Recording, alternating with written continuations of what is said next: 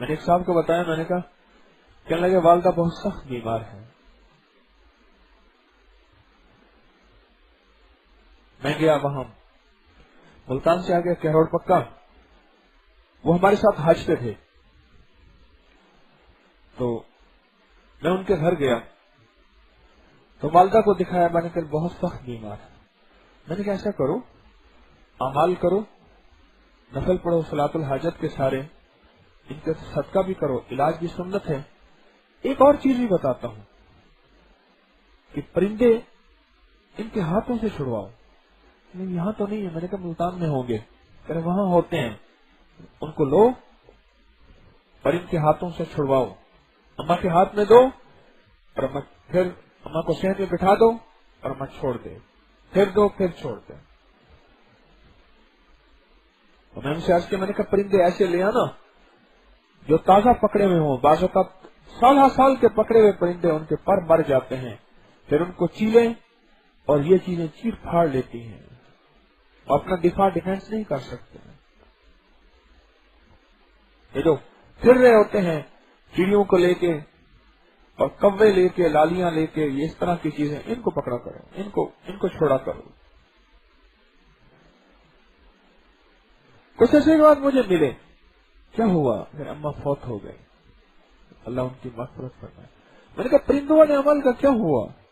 پرندوں والے عمل کا کہنے لگے اما کو بہت فائدہ ہوا، وہ آدھی سے زیادہ ٹھیک ہو گئی تھی. لیکن ایک عجیب بات ہے، اما جب فوت ہوئی نا، ایک دن صبح ان کی حالت خراب ہونا شروع ہوئی. کہنے لگے ہم سمجھ گئے اما کا آخری وقت آ گیا.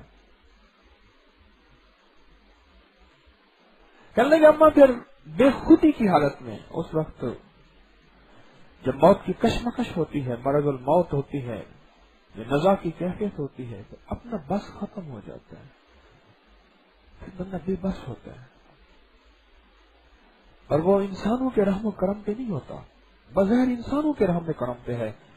اس کو جلا دیں، اس کو دفن کر دیں، اس کو ٹکڑے ٹکڑے کر دیں، اس کو بٹھی میں پھینک دیں، اس کو دریا میں بہا دیں، بظاہر وہ انسانوں کے رحم و کرم پہ ہوتا ہے.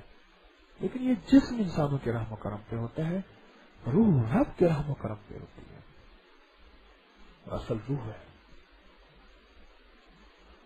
اصل روح ہے، روح رب کے رحم و کرم پہ ہوتی ہے.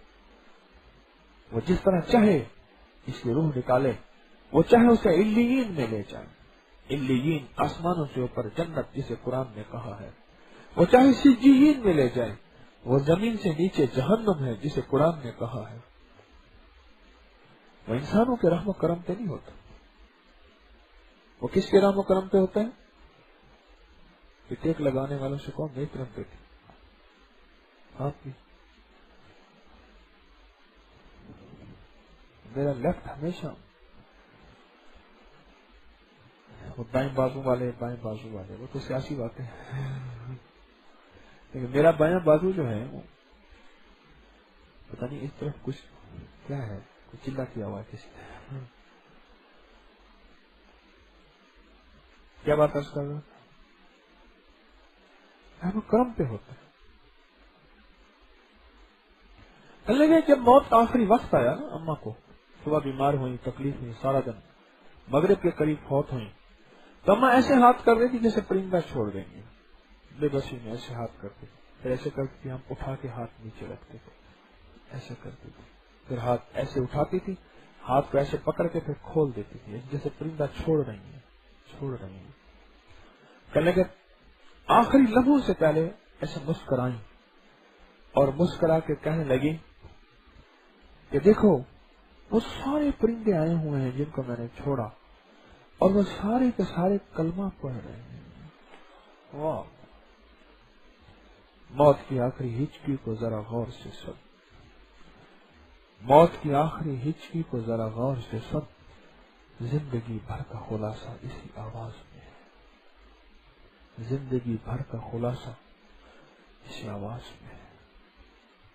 وہ دیکھو سارے پرندے آئے ہوئے ہیں، وہ سارے کلمہ پڑھ رہے ہیں، اور اپنے بیٹوں سے کہنے لگے تم بھی پڑھو.